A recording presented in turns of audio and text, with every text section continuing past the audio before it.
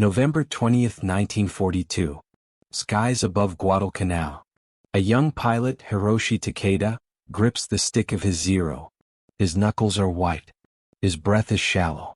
What does he see rising from Henderson Field below? Not the stubby Wildcats. Not the rugged P-40s. No. Something stranger. Something alien. 2 engines. 2 long tails stretching back like spears. A cockpit pod in the middle, glinting like steel. He blinks. A twin-engine fighter? That can't be. Fighters are light, nimble, 1 engine only. Heavy planes don't climb. Heavy planes don't fight. Right? But this one climbs. Faster than anything he's ever seen. Straight into the thin, cold air above the island. Higher. Higher still. His Zero struggles to follow. Its engine wheezes.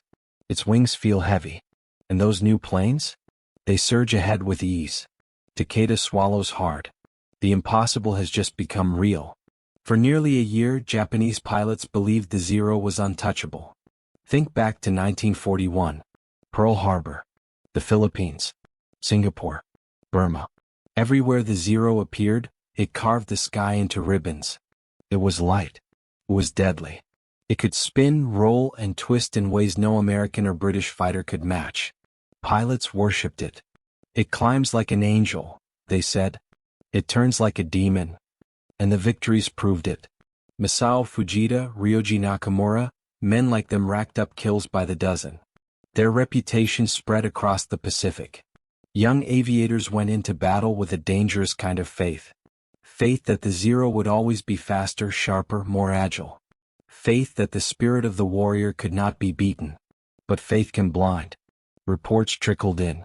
Whispers of a strange American design. 2 engines. Twin tails. Unnatural speed. Heavy guns. Could this be true? At Rabaul, officers laughed. A twin-engine fighter? Ridiculous. In their doctrine, weight killed agility. 2 engines meant bulk, drag, weakness. Their logic was simple. If it turns fast, it can't be quick. If it's quick, it can't climb. If it's heavy, it can't fight. And so the reports were ignored. The myth of the Zero stayed untouched. Commanders trusted the old ways. They trusted Bushido, discipline, and the turn of a tight circle in the sky. But across the ocean in California, Lockheed engineers thought differently. In 1937, the U.S. Army Air Corps wanted the impossible. A fighter that could break 400 miles per hour and climb to altitudes other planes could only dream of. Clarence Kelly Johnson and his team answered. The result? A machine that didn't look like anything else on Earth. 2 booms. 2 turbocharged Allison engines. A cockpit pod like a bullet. And guns, concentrated in the nose. 4 heavy .50 caliber machine guns and a 20mm cannon. All firing straight, all firing true. No convergence. No spread. 1 trigger pull and everything in its path was torn apart. It was not fragile. It carried armor. It carried bulletproof glass. It carried self-sealing fuel tanks. While Japanese designers stripped their planes to the bone, the Americans built theirs to survive. To strike hard. To live to fight again. This was the Lockheed P-38 Lightning. And on that day over Guadalcanal it arrived. The Zeros scrambled. Takeda among them. They climbed to meet the bombers escorted by the Lightnings. At first it seemed like every other mission. Intercept the formation. Break the escorts. Scatter the enemy. But something felt wrong. The Lightnings were already above them. Zeros strained their engines. The air grew thin. Every foot of altitude felt like dragging a stone uphill. And yet the P-38 soared higher, faster, relentless. Then the attack came. From above. From the blind spot. A screaming dive, cannons blazing, machine guns shredding through formation. In seconds 2 Zeros were gone. 1 pilot bailed out. Another vanished in a cloud of fire. The Lightnings didn't linger. They pulled up, rocketing back into the sky. Too fast to catch. Too strong to chase. Takeda tried. He pushed his Zero into a climb. The nose wobbled. The speed bled away. He felt helpless. The American fighters picked when to fight. They picked when to vanish. They owned the sky. That night, Takeda wrote to his brother. His words were heavy with shock. The enemy's two-tailed plane climbs faster than we can. It strikes like a hawk and disappears before we can respond.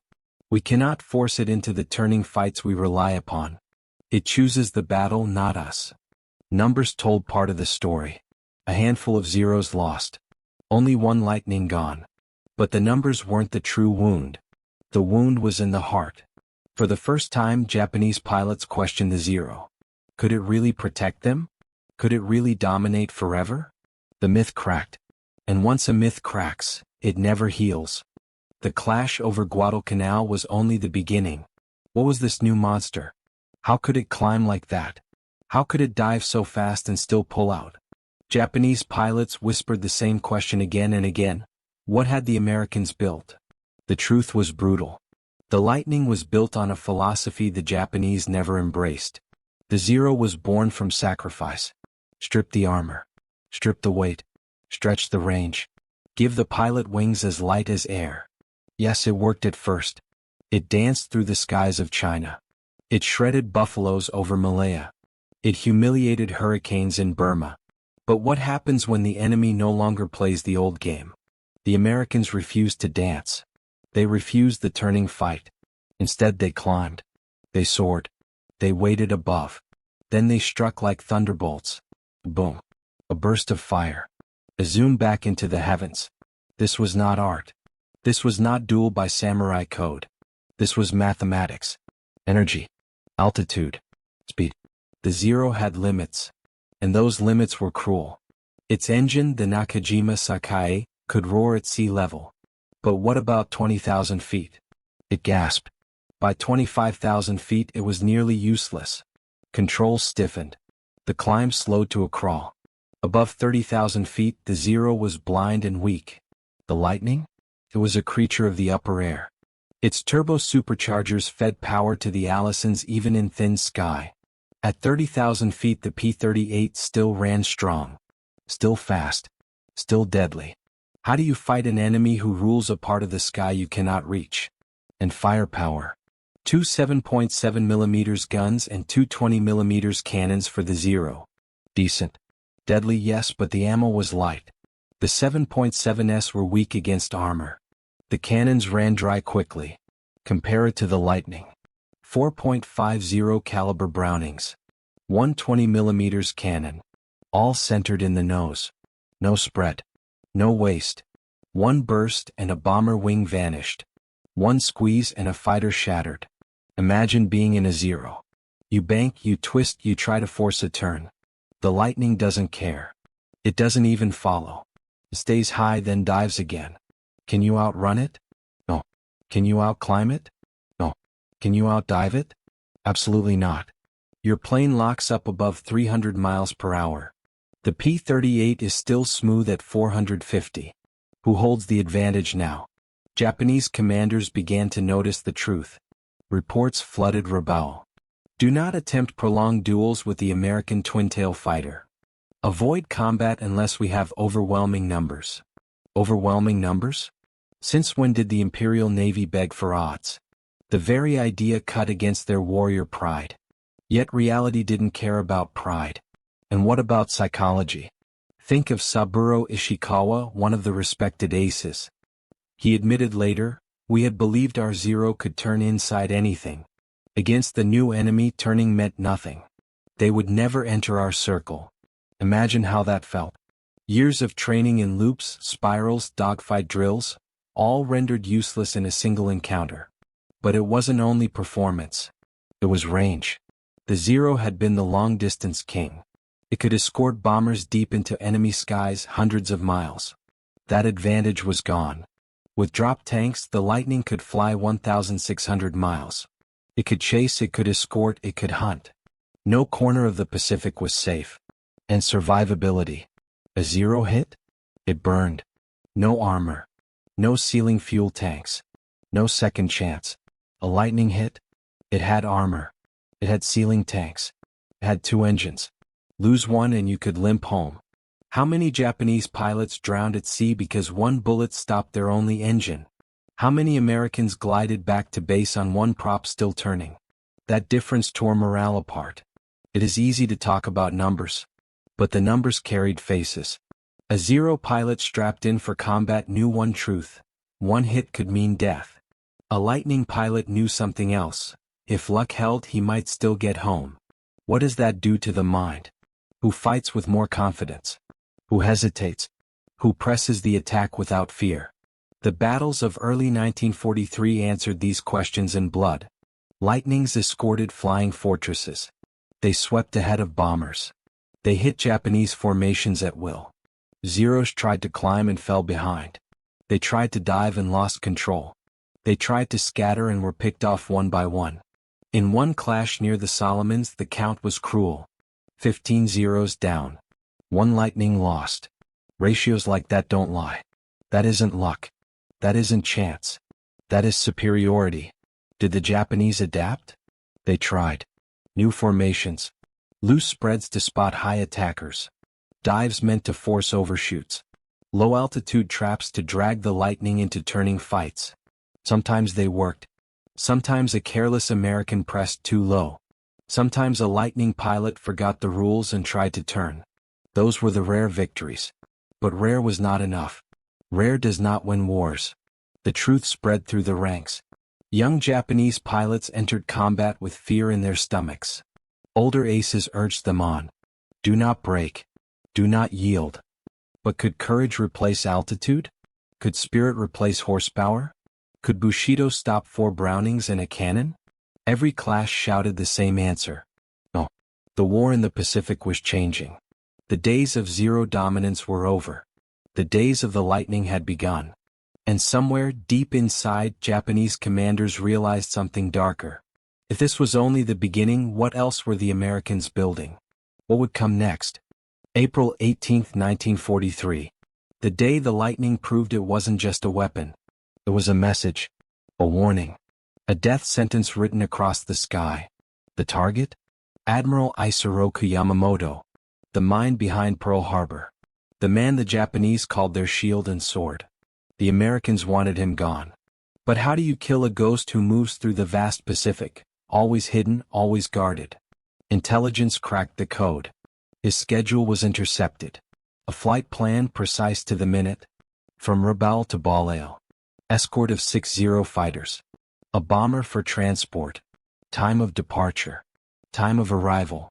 It was all there. A chance too perfect to ignore. But the challenge was brutal. Over 400 miles of open ocean. No landmarks. No second chances. No fuel to waste. The only plane that could make the run, fight, and return? The P-38 Lightning. 16 of them were chosen. Led by Major John Mitchell. Engines roared to life at dawn. They skimmed the ocean at 50 feet. Imagine it, hours of silence, waves just under the wings, pilots straining against fatigue, eyes locked on gauges. One mistake and they vanish into the sea. And then, the climb. At the exact moment, at the exact point, they rose like phantoms from the horizon. Yamamoto's formation appeared ahead, descending for landing, low, slow, exposed. Timing perfect.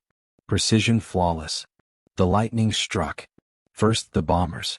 Cannons tore into them, ripping engines apart. One burst, fire trailing, the bomber fell. Yamamoto's plane spiraled into the jungle. The admiral was dead before his guards knew what hit them. The escorts tried to react. Zeros scattered, desperate to protect their leader. But the Americans were already above, already in control. Fire. Climb away. The same pattern, the same lesson. 1 Zero shredded. Another set ablaze. The rest too slow to catch the twin-tailed devils. It was over in minutes. The hunters vanished back over the sea. The prey burned in the forest below. What did this mean? It meant the unthinkable. The Japanese could no longer protect their leaders. Their skies were no longer safe. The Lightning had struck at the heart of Japanese pride. Their greatest admiral hunted, cornered, killed like any other target. The shock rippled through the ranks. Pilots whispered of betrayal by the heavens. How could the Americans fly so far, so precise, so deadly? Zeros had been there. They had fought. And yet they were powerless. Yamamoto, the symbol of naval strength, was gone. Was this just luck? No. It was planning. It was calculation. It was technology. The turbocharged engines gave the range. The navigation gear gave the precision. The speed gave the killing edge. Nothing about this was chance. It was systematic destruction. And what about the psychological wound? Imagine being a Zero pilot on that mission. You saw the enemy appear from nowhere. You tried to climb, to turn, to stop them. But they were already in position. Already ahead. Already writing history with fire and smoke. What does that do to your spirit? The Japanese command tried to spin it.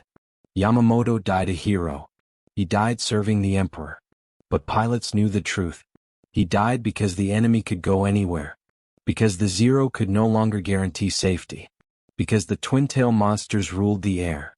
Saburo Ishikawa, one of the survivors, later admitted, "They arrived exactly as we descended. As if they had rehearsed for years. We could not believe the precision. We could not believe the reach of their fighters. The Americans had not just won a battle. They had announced a new era.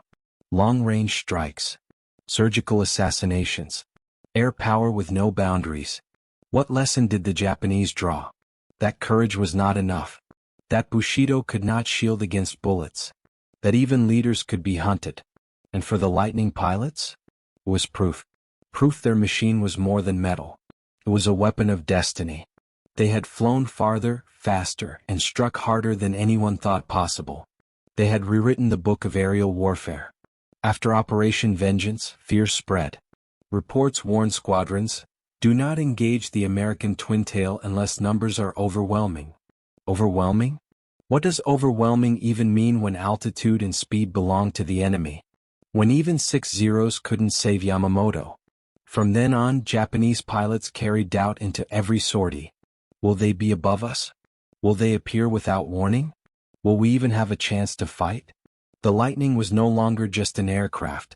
It was a shadow. A phantom that haunted the Pacific skies. After Yamamoto's death, the skies felt different. Japanese pilots still launched. Still strapped themselves into Zeros. Still saluted the rising sun. But deep inside, a new question burned. Could they win anymore?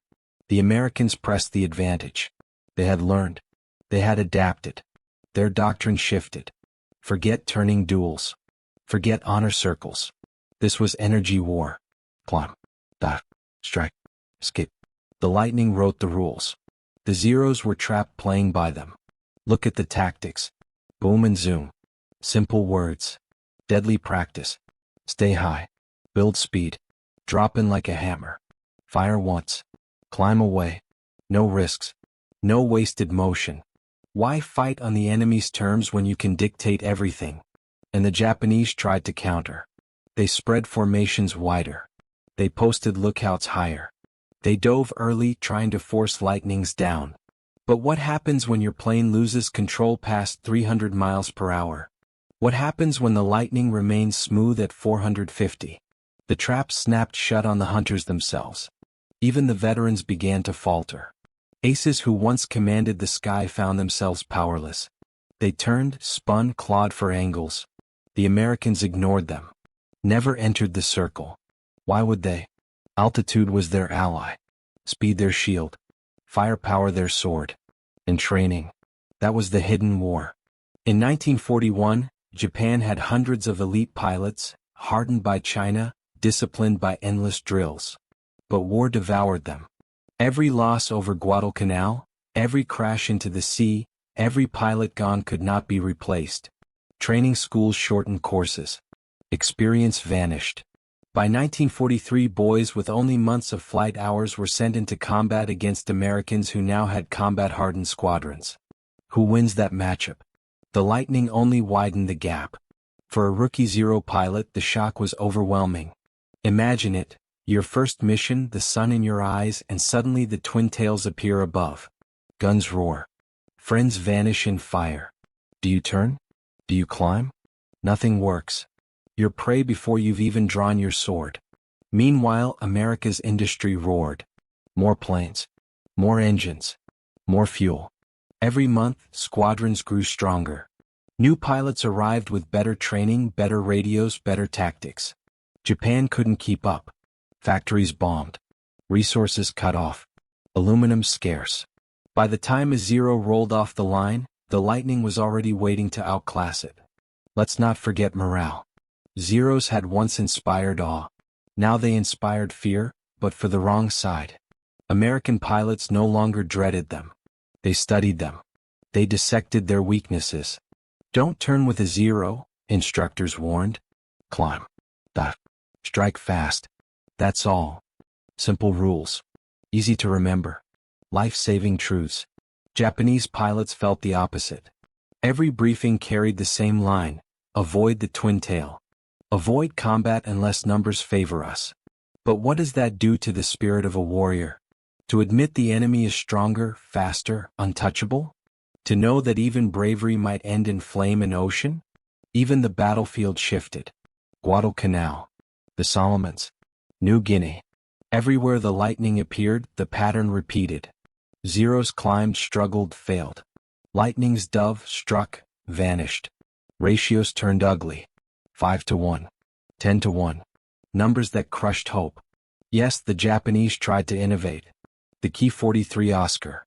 The Key 61 Tony. The Zeros later models. Each promised improvement. Each fell short. Too little armor.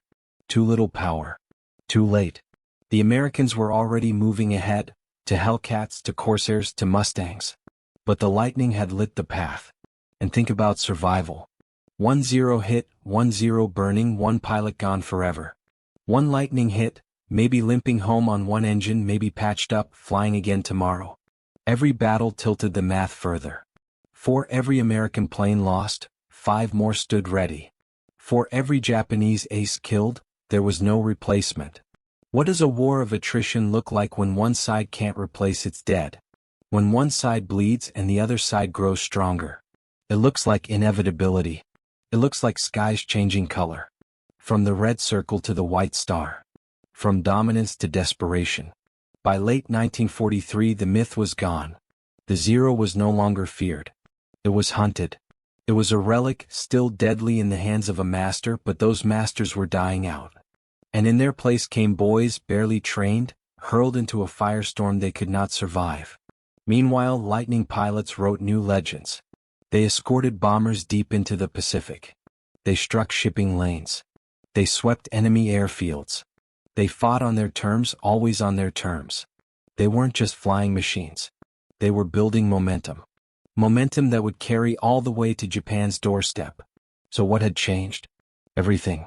The battlefield, the mindset, the balance of power. The Zero symbolized sacrifice, agility, faith. The Lightning symbolized power, reach, technology. One looked backward, clinging to tradition. The other looked forward, rewriting the future. And in war, which side wins? The one clinging to myths? Or the one inventing tomorrow? The answer was written in every sky over the Pacific. The Lightning did not just defeat the Zero. It buried the legend. By 1944, the tide was undeniable. The Zero was no longer a terror. It was a target. Once, pilots prayed not to meet it. Now they hunted it for sport. The Lightning had done its work. It had broken the spell. Think about the contrast. Early war, the Zero swooped in, untouchable, unstoppable. By mid-war, the Zero turned, twisted, begged for advantage, and the Americans ignored it. Who owned the sky now? Who dictated every engagement? The numbers told the story. In 1942, kill ratios leaned Japanese. By 1944, they were reversed and magnified. 5 zeros lost for every American fighter. Sometimes 10. Entire squadrons wiped away in minutes. Could Japan replace them? No. Could America replace its own? Yes, endlessly. Factories in California, Detroit, Seattle roared day and night. Aluminum poured. Engines rolled off assembly lines. Training schools produced pilots faster than Japan could shoot them down. The Zero, once the long-range king, was now outrun, outgunned, outbuilt. And what about the Lightning's reach? It stretched farther every month. Escort missions deep into enemy territory. Sweeps across New Guinea. Hunts over the Philippines. Even strikes on the home islands. No place was safe. No base untouchable. Japanese commanders shifted, shuffled, tried to hide. But the twin-tailed devils always found them. Pilots felt it. The fear. The helplessness. Imagine strapping into a Zero in 1944. You know your engine gasps above 20,000 feet. You know your guns are light, your armor thin, your fuel tanks fragile.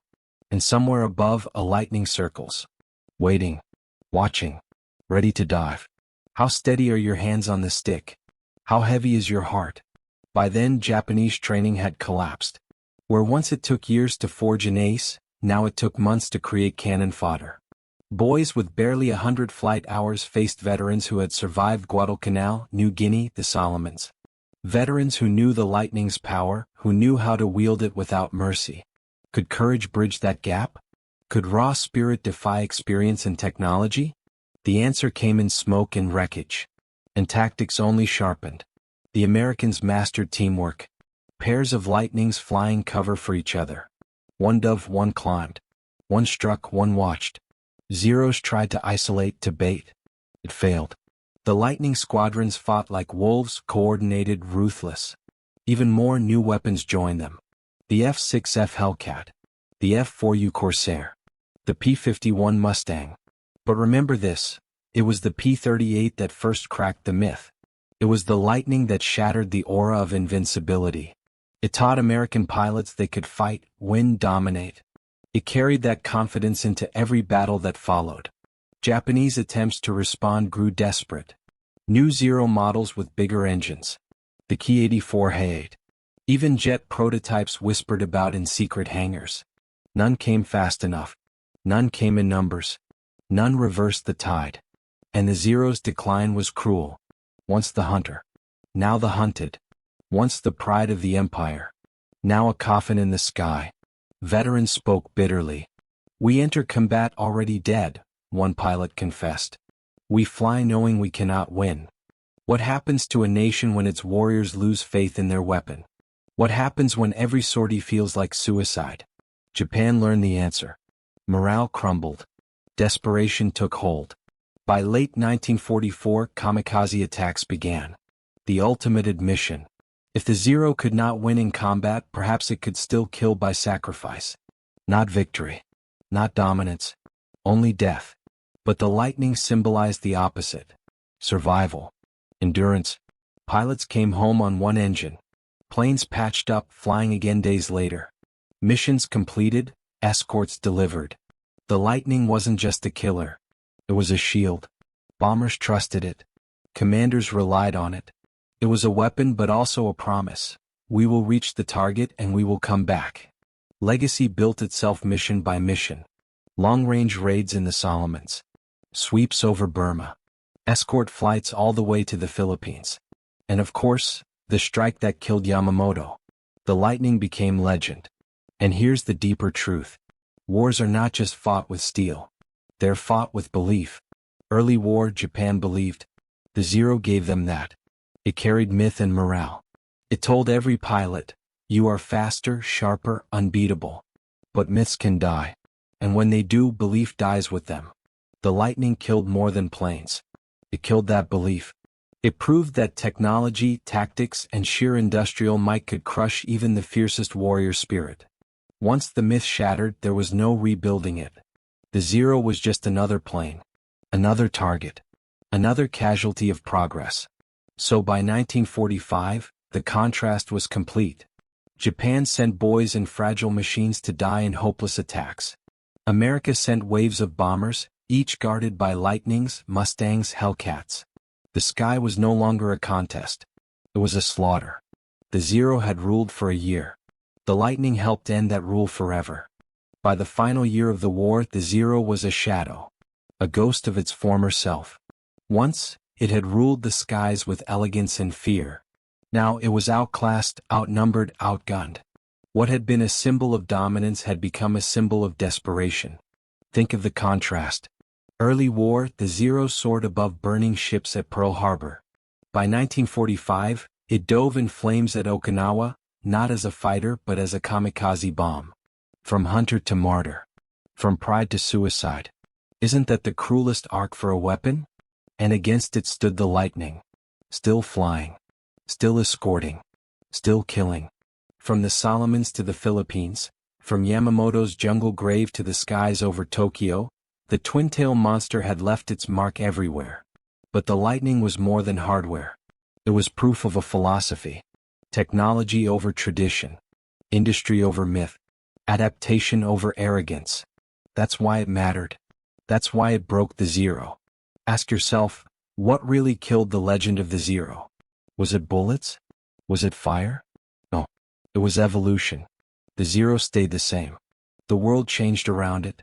The Lightning represented that change. Higher altitude. Longer range. Heavier firepower. Survivability. Flexibility. Everything the Zero lacked, the Lightning carried in its wings. Japanese pilots saw it firsthand. Once, they launched with confidence. Later they launched with dread. One veteran remembered it plainly: "We fought already defeated." Imagine strapping in knowing your enemy was stronger. Knowing you could not outclimb, could not outrun, could not outgun. Courage becomes despair. Skill becomes survival instinct. And American pilots? They flew with certainty. They knew their machines could match the enemy and more. They trusted the Lightning. They trusted its engines, its armor, its range. They pressed the fight with confidence. Who fights harder? The one who fears death, or the one who believes he can live? The Lightning proved something bigger than the Pacific War. It showed how myths die. The Zero was more than a fighter, it was a legend. It carried a nation's pride, a nation's identity. But legends can't stop bullets. Legends can't climb higher. Legends can't survive when reality changes. And reality did change. America brought industry, innovation, and overwhelming numbers. The Lightning was just the first hammer strike. Others followed: the Hellcat, the Corsair, the Mustang.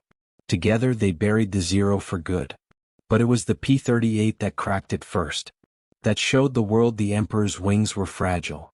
So what's the lesson? That no weapon stays supreme forever. That pride in yesterday's victories can blind you to tomorrow's threats. That myths can inspire, yes, but they can also deceive. The Japanese believed their Zero was eternal. The Americans built the Lightning to prove nothing is.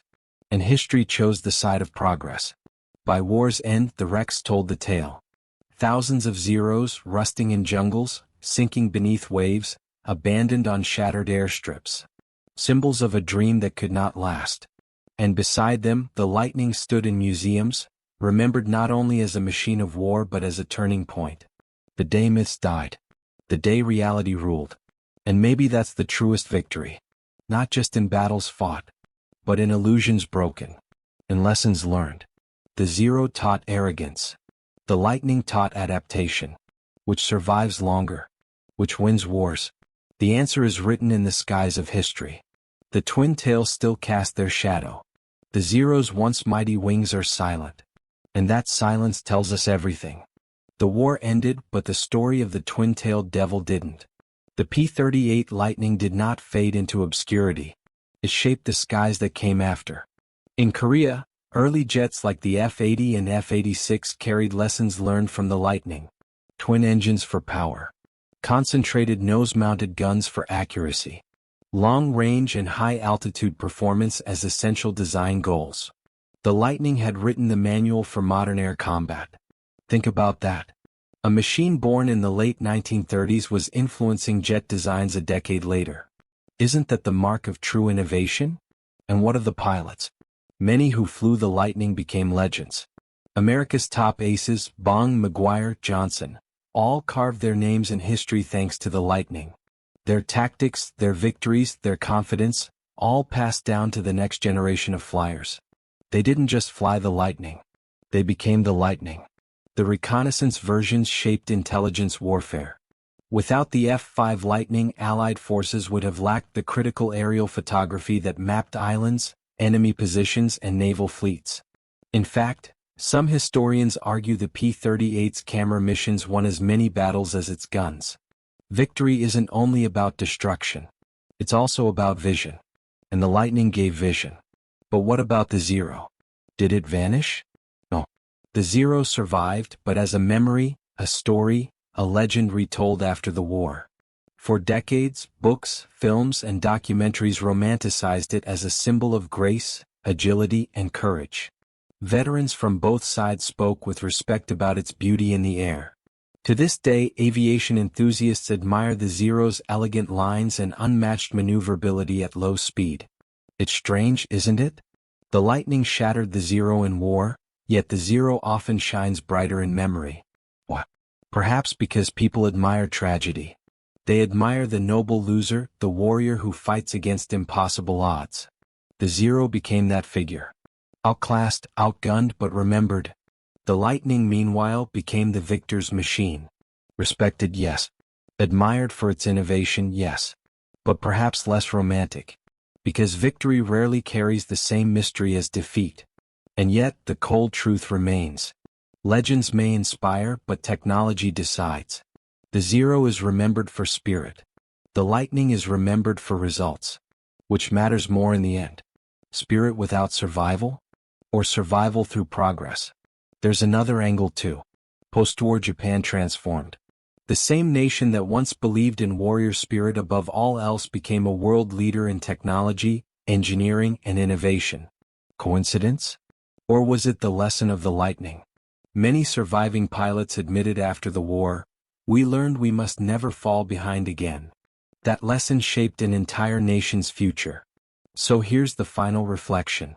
The clash between the Zero and the Lightning was more than planes in the sky. It was a clash between two worldviews. Tradition versus innovation. Myth versus reality. Spirit versus system. And history made its choice. The Lightning flew into the future. The Zero became the past. And we are left with the memory of that turning point, when Japanese pilots, once invincible, looked up at the twin tails and felt shock. Shock that their reign was over. Shock that the skies had changed. Shock that no amount of courage could close the gap. That shock still echoes today. Every new generation of aircraft designers knows it. Every pilot in training feels it. Every historian who studies the Pacific War sees it. The day myths died. The day technology won. The day the P-38 Lightning showed the world that war belongs not to legends but to innovation. So ask yourself, what lesson do we carry now? Do we cling to tradition? Or do we adapt, evolve, and build for tomorrow? History has already answered once. The Zero stood still. The Lightning moved forward. And the future belongs to those who move forward. Always. And that brings us to you watching this story unfold. If you felt the shock, if you saw the lesson, if you want more forgotten battles and hidden truths from history's skies, then don't just leave. Stay with us. Hit the like button. Subscribe to the channel. Share this story so others can see how legends rise and fall. Because history is more than dates and numbers, it's about people, choices, and the machines that carried them into destiny. The twin tails are gone from the sky, but here their story lives on. And with your support we'll keep telling it.